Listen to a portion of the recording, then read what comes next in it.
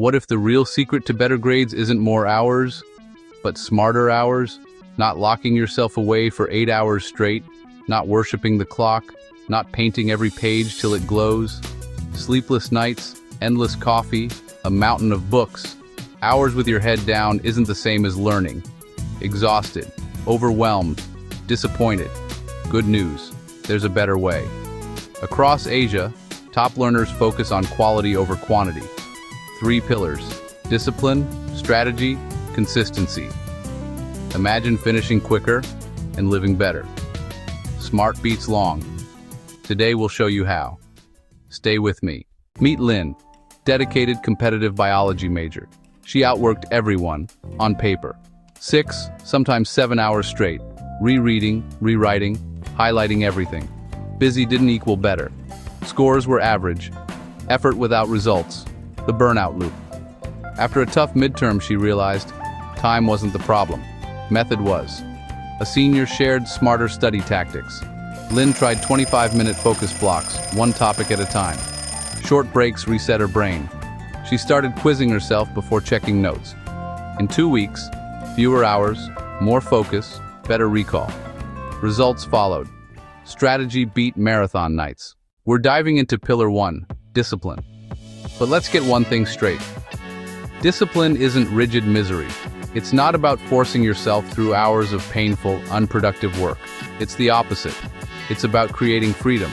It's small rules you can keep, simple systems that make focus the default, not the exception. This is what I call brain hygiene. It's the art of clearing your mental workspace before you even begin, so your energy goes into learning, not fighting distraction. It all starts with a simple, powerful signal to your brain. Create a start ritual to tell your brain, it's go time. This isn't just a routine, it's a psychological trigger. It could be as simple as pouring a glass of water, tidying your desk space for 60 seconds, and opening your notebook to a fresh page. Or maybe it's taking 3 deep breaths. The action itself matters less than the consistency. This ritual becomes a conditioned response, a clear boundary that tells your mind, the time for scrolling and wandering is over. Now, we focus. It's your personal launch sequence for deep work. Part of that ritual is your environment. Same place, same time, habits wire faster. Your brain is an association machine. When you dedicate a specific spot solely for studying, your mind starts to associate that chair, that desk, with focus. It learns that when you sit here, it's time to work. If you mix work and leisure in the same spot, like studying on your bed, your brain gets confused. Is it time to sleep or time to solve equations? Remove that confusion. Create a dedicated zone, even if it's just one corner of your room. This space becomes your sanctuary of concentration. Now for the most critical step of brain hygiene. Put the phone away, not face down. Away. Out of sight, out of mind. A phone sitting face down on your desk is a ticking time bomb of distraction. Every notification you see still occupies a sliver of your mental bandwidth, because a part of your brain is actively working to ignore it. That's wasted energy. Putting it in a drawer, in another room, or in a bag is a non-negotiable rule. You are removing the decision to get distracted, freeing up your full cognitive capacity for the task at hand. With a clear space, you need a clear mission. One clear priority per block. Multitasking is a myth. It's just rapid task switching, and it kills your efficiency. Before you start the timer, write down the specific thing you will accomplish. Not study chemistry. That's too vague. Be precise. Review Chapter 5 summary notes, or complete 10 practice problems for calculus. This clarity eliminates decision fatigue during your focus block. You know exactly what to do, so you can just do it. This brings us to the engine of our discipline system, the Pomodoro technique. It's beautifully simple. Work 25 minutes. Break 5. Repeat. Why 25 minutes? It's long enough to get into a state of flow, but short enough that it feels manageable. It's a sprint, not a marathon. The deadline is always near, which creates a healthy sense of urgency that promotes focus. It helps you overcome procrastination, because anyone can convince themselves to do something for just 25 minutes. During that 25-minute block, You are a monolith of focus. Choose one task. Review a chapter or solve problems. Don't try to do both. If you're reviewing, you're actively recalling information, maybe creating flashcards. If you're solving problems, you're applying concepts. Mixing these activities forces your brain to switch gears, which introduces friction and slows you down. Honor the single task rule. So let's recap the pre-flight checklist for every single block. Set 25 hours. D&D on. Close extra tabs. Your digital environment is just as important as your physical one. Each open tab is a potential rabbit hole, an invitation for your mind to wander. Close your email. Close social media. Close that YouTube video you were planning to watch. Give your chosen task the respect of your undivided attention. The rule is absolute. No phone, no new tabs, no snacks, just the task. This is the contract you make with yourself for the next 25 minutes. Any idea that pops into your head, a random thought, something you need to remember later, quickly jot it down on a separate distraction pad and immediately return to your task. Don't follow the thought. Acknowledge it, park it, and move on. This preserves your flow state. When it rings, stop. Even if you're mid-sentence. Stop and mark a check. This check mark is not trivial. It's a tiny hit of dopamine, a reward for your effort. It's tangible proof of your progress. Seeing a row of these check marks at the end of the day is incredibly motivating. You are visually tracking your focus, building momentum one block at a time. Now for the break. Take the full 5. Let your mind reset. This is the most violated rule of the Pomodoro technique. People either skip the break because they're in the zone, or they use it to check their phone, which just floods the brain with new information and context switching. Both are mistakes. The break is when your brain consolidates what you just learned. It's essential. Get up, stretch, look out a window, hydrate, do something completely unrelated to your work. The goal is to return to your next block feeling refreshed, not more frazzled. After 4 rounds, take a longer break, usually 15 to 30 minutes. This is your reward for nearly 2 hours of focused work. This longer break allows for a more significant mental reset.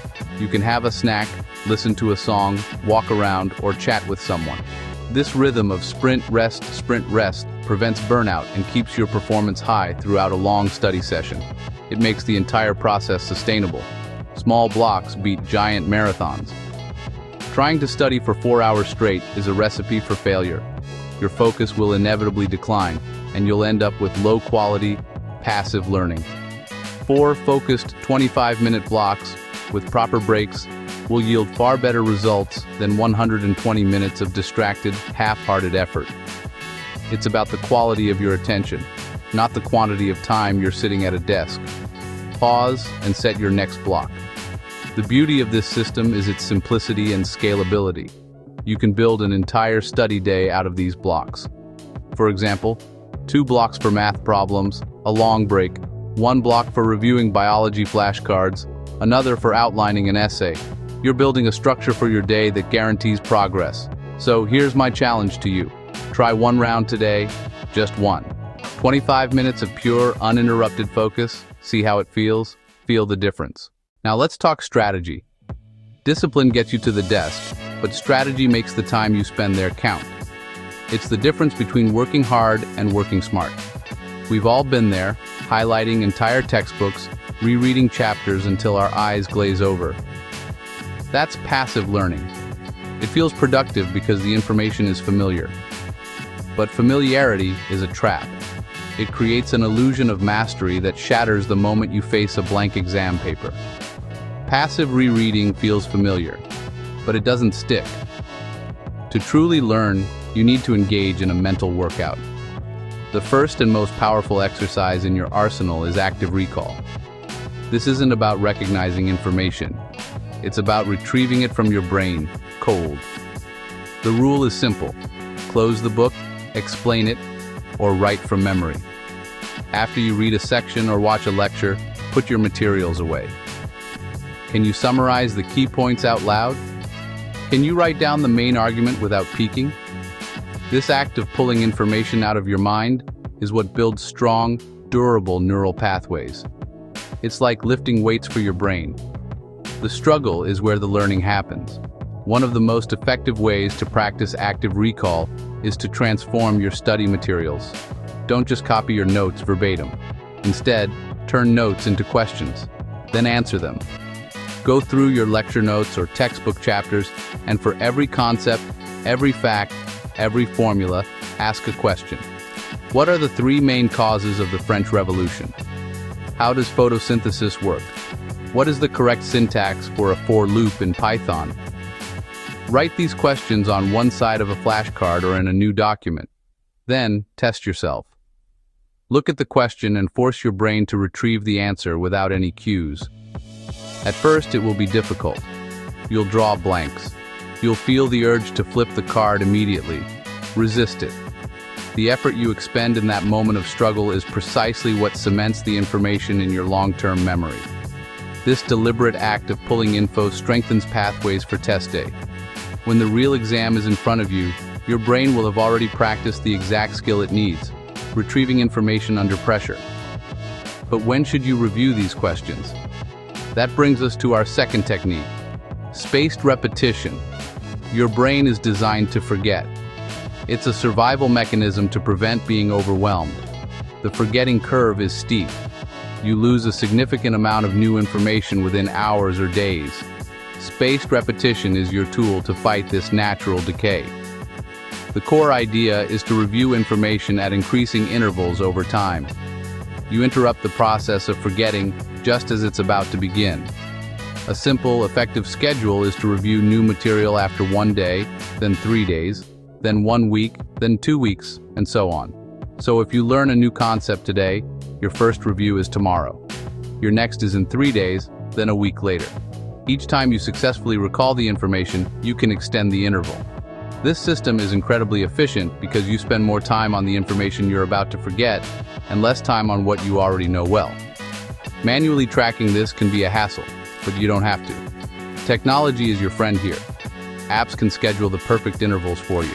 Digital flashcard programs use algorithms to automatically show you cards right before you're about to forget them.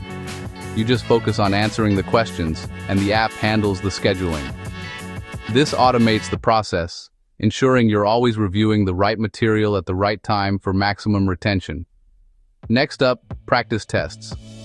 This is where you pressure test your knowledge. It's not enough to know the material, you have to be able to apply it under exam conditions. Practice tests simulate pressure and expose weaknesses. They do 2 critical things. First, they force you to practice active recall on a larger scale, integrating multiple concepts at once. Second, they mimic the time constraints and stress of the real thing, helping you build mental endurance and manage your pacing. Don't wait until the week before the final. Start doing practice tests early and often. Treat them like a dress rehearsal. Find a quiet space, set a timer, and work through it without notes. But taking the test is only half the battle. The real learning happens afterward. You must meticulously analyze your errors. That's where growth lives.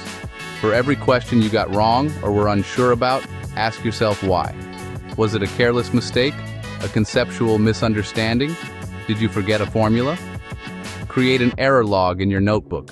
For each mistake, write down the question, why you got it wrong, and what the correct concept or process is.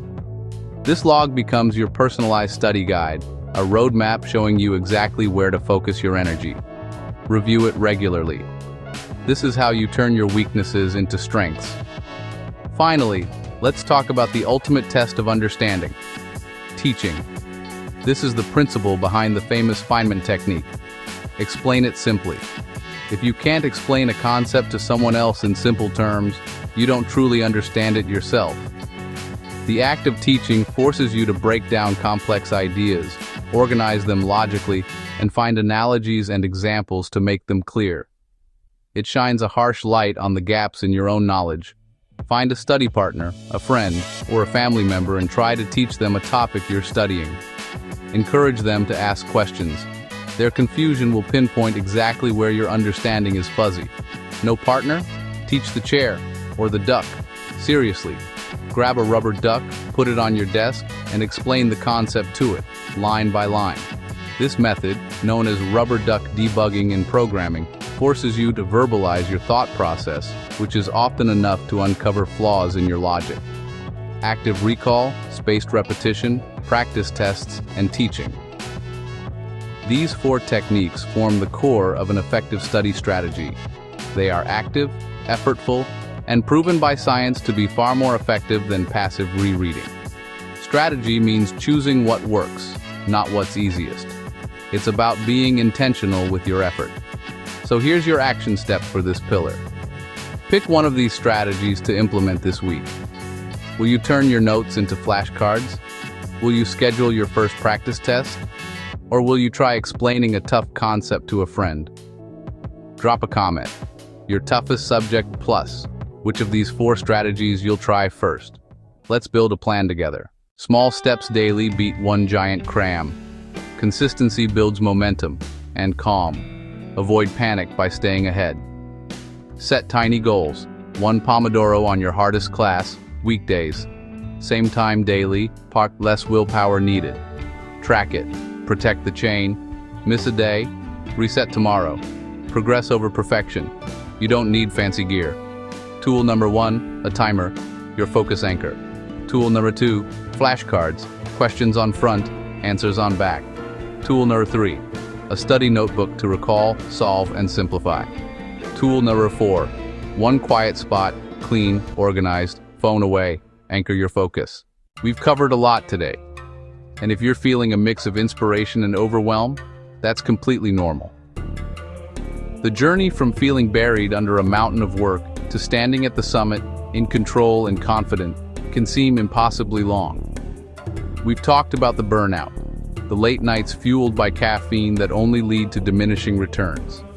We've discussed the frustration of putting in the hours, but not seeing the grades reflect your effort. That's the old way. The path of studying harder, but we're here to study smarter. The core of this transformation rests on 3 fundamental pillars: discipline, strategy, and consistency. Before we talk about your very first step, let's quickly crystallize what these pillars mean for you, starting right now. First, discipline. This isn't about forcing yourself into a rigid, joyless existence. It's about creating structure that liberates you. It's the conscious decision to design your environment for success. It's turning off notifications, not because you're being punished, but because you're protecting your most valuable asset, your focus. It's the ritual of clearing your desk, gathering your tools, and setting a clear intention for the session ahead. Discipline is the act of choosing your future self over your present impulse. It's the foundation upon which everything else is built. Without it, the best strategies are just theories. Second, strategy. This is where we move from brute force to elegant efficiency. Strategy is understanding that your brain isn't a hard drive, it's a muscle. It learns through active engagement, not passive consumption. This is the principle of active recall, the art of pulling information of your brain, not just pushing it in. Instead of rereading a chapter 10 times, you read it once, then close the book and explain the core concepts aloud, as if teaching someone. Or you write down everything you can remember, then check for gaps. Strategy is also about timing. It's using spaced repetition to work your brain's natural forgetting curve, reviewing material at specific, increasing intervals to lock it into long-term memory. It's the practice of creating your own test questions, forcing you to think like the examiner and identify the most crucial information. This is the difference between being a passive student and an active, tactical learner. It's how you achieve higher grades in less time. And third, consistency. This is the force multiplier. Discipline gets you started, strategy makes you effective, but consistency is what creates unstoppable momentum. It's the idea of the chain, where every single day you complete your session, you add another link. Your only job is to not break the chain. Consistency understands that small, repeated efforts compound into massive results. A single 25-minute session might feel insignificant, but 5 of those sessions in a week is over 2 hours of highly focused work. Over a month, that's nearly 10 hours. Over a semester, it's the difference between panic and mastery. Consistency isn't about perfection. You will have off days. You will miss a session. The key is the reset protocol. Acknowledge it, don't beat yourself up, and get right back to it the next day. The goal is not an unbroken streak of 100 days. The goal is to have more on days than off days, to build a rhythm that becomes second nature. These 3 pillars are your roadmap, but a map is useless until you take the first step of the journey. So, let's talk about that step, right now, today. I want you to forget the mountain of exams, the weeks of lectures you're behind on, the pressure. Forget all of it. We're going to shrink the world down to the next 25 minutes. That's it. Find a timer. It can be your phone, a kitchen timer, or a dedicated cube like this one. Set it for 25 minutes. Now, pick one subject. Just one. The one that's causing you the most stress. Open your textbook or your notes to a single topic. For these 25 minutes, your only mission is to engage with that material using active recall. Don't just read it, speak it. Pace around your room and explain the concept of cellular respiration or the causes of the French Revolution out loud. Or grab a blank piece of paper and write down everything you can summon from memory about that topic. When the timer goes off, your focused work is done. Now take 5 minutes, just 5. During this time, look at the material again and identify the key ideas. Then, write 2 or 3 potential test questions based on what you just reviewed. What would a professor ask about this? What's the most confusing part that needs clarification? This entire process will take under 30 minutes total. That's it. That's your first step. It might feel small, but it is monumental. In that single 30-minute block, you have practiced all 3 pillars. You demonstrated discipline by setting aside a dedicated time and space. You employed a powerful strategy with active recall and question generation. And you forged the first, most difficult link in the chain of consistency. That's discipline, strategy, and the first link in your chain. This is a win. Acknowledge it. If this approach resonates with you, if you're ready to trade frantic, ineffective cramming for calm, strategic learning, then I invite you to join our community. Subscribe for proven study methods that boost grades and save time. We're constantly sharing deep dives into techniques like the Feynman method, memory palaces, and effective note-taking systems.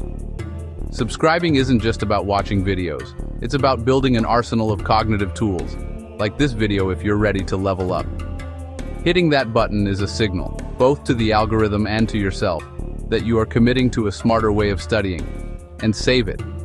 Create a playlist called Study Focus or My Reset Button. When you feel overwhelmed, when you fall off track and the old habits of procrastination creep in, come back to this video. Use it as your guide to take that first, simple step again. Turn on notifications for more high-performance learning, so you never miss a new strategy that could be a game changer for your next exam. And finally, the most important part. Take action. Right now. Go down to the comments and declare your intention. Comment your next study block time and the subject you're going to tackle. It could be tomorrow 9 a.m. organic chemistry or tonight 8 p.m. macroeconomics. This isn't for me, it's for you. It's a psychological principle called a commitment device. By writing it down and making it public, you are exponentially more likely to follow through. Accountability starts now. Read through the other comments. You'll see you're not alone. You're part of a collective of students all taking that same first step. The path to becoming a top student isn't about innate genius or grueling, endless hours. It's about having a system.